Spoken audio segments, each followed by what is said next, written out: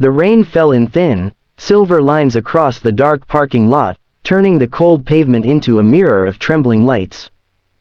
People hurried inside the grand hotel, dressed in elegant suits and glittering gowns, laughing under bright chandeliers as if the world outside didn't exist. But near the entrance, standing quietly beneath the glow of a street lamp, was a single father holding his daughter's small hand, and beside them stood a young girl no one seemed to notice. Her clothes were worn and slightly too large. Her shoes were scuffed. She looked as if she had been walking for hours, maybe days. Her eyes carried a strange mixture of fear and hope, like someone standing on the edge of a life she didn't fully understand yet. The security guard near the door looked at her with suspicion, the way people sometimes look at strangers who don't belong in fancy places. That was the moment the father spoke calmly, without hesitation. "She's with us." The words were simple, but they "She's with us." The words were simple, but they changed everything. Before we continue, if you believe in kindness, second chances, and the quiet power of helping someone when the world ignores them, take a moment to like, comment, share, and subscribe to the channel Silent Hope. Your support helps stories like this reach more hearts around the world. The father's name was Daniel Carter, a mechanic who worked long hours in a small auto shop at the edge of town. Life had never been easy for him. 3 years earlier, he had lost his wife to a sudden illness that arrived like a storm and disappeared just as quickly, leaving behind silence that filled every corner of their home. Since then, Daniel had been raising his 6-year-old daughter Lily on his own. He packed her school lunches, helped with homework after exhausting workdays, and sometimes stayed up late at night fixing old engines just to earn a little extra money. It wasn't the life he had imagined, but it was the life he fought for every day. The gala they were attending that evening was something completely out of place in Daniel's world.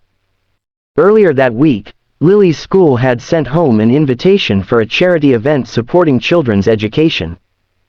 Lily had won a small art competition, and the winners were invited to attend the event at the Grand Aurora Hotel. Daniel had almost declined. Events like that belong to wealthy people in expensive suits, not mechanics with grease-stained hands. But Lily had been excited. So he borrowed a clean suit from a friend, polished Lily's tiny shoes until they shined, and drove across town in his old pickup truck that rattled slightly every time it stopped at a red light. And that's when they saw her. The girl. She was sitting alone on the sidewalk near the hotel entrance, hugging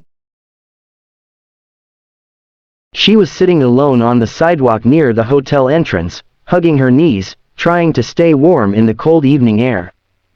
Lily noticed her first. Children often see things adults miss. "Daddy," Lily whispered, tugging gently on his sleeve. Daniel followed her gaze and saw the girl sitting quietly under the street lamp. He hesitated for a moment. Life had taught him that strangers sometimes carried complicated stories. But something about the girl felt different. She didn't look dangerous or lost in a reckless way. She looked abandoned. Lily slowly walked toward her. "Hi," she said softly. The girl looked up, startled at first, then confused. It had probably been hours since anyone spoke to her with kindness.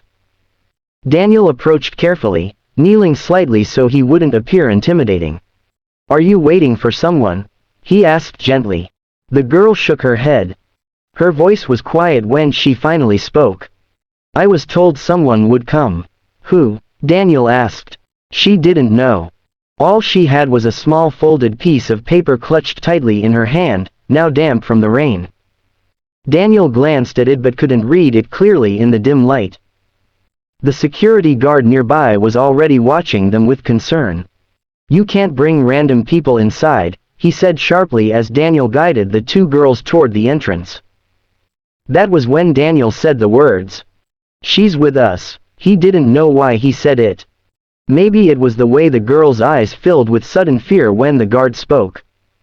Maybe it was the memory of how lonely the world had felt after his wife passed away.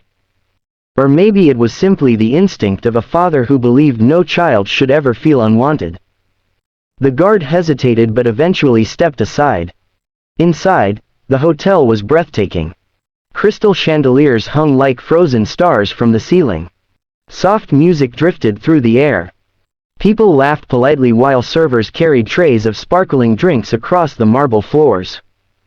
Daniel felt slightly out of place, but Lily was fascinated. The mysterious girl stayed close beside them, silent but observant. After finding a quiet corner table, Daniel finally looked at the folded paper the girl had been holding. It was an invitation. But not an ordinary one. The name printed on it made Daniel pause.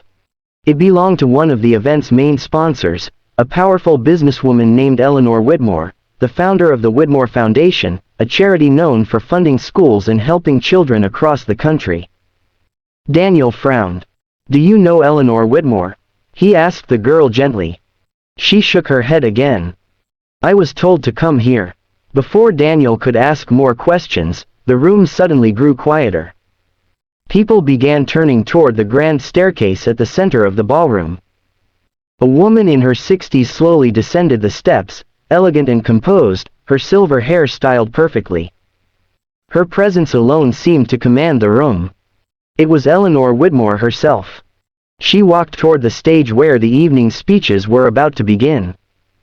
But halfway across the ballroom, her eyes suddenly stopped. She saw the girl. The change in her expression was immediate. Shock. Disbelief. Then something deeper. Emotion. The room watched in confusion as Eleanor Whitmore abandoned her planned path and walked directly toward Daniel's table. Daniel stood up quickly, unsure what was happening. The girl beside him seemed frozen. When Eleanor reached them, her hands trembled slightly. For a moment, she said nothing. Then she whispered the girl's name. Clara. The girl looked up slowly. Tears filled Eleanor's eyes. Nearly 10 years earlier, Eleanor's daughter had died in a tragic accident overseas while working with humanitarian aid groups.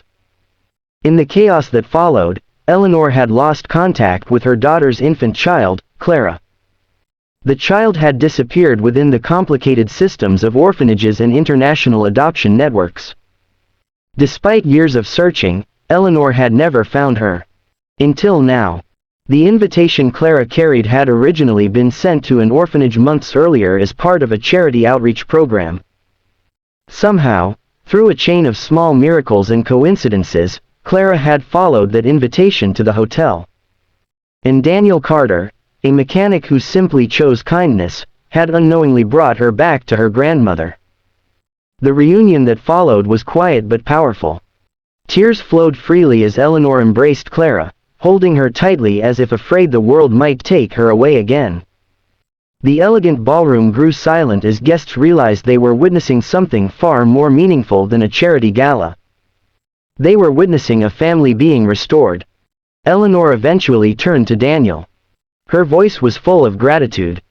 "You brought her inside," she said softly. Daniel shrugged humbly. She looked like she needed someone. That simple act of kindness would change Daniel's life in ways he never expected. Weeks later, Eleanor visited his small auto shop. Not with cameras. Not with reporters. Just with gratitude. She told Daniel that people like him were rare, people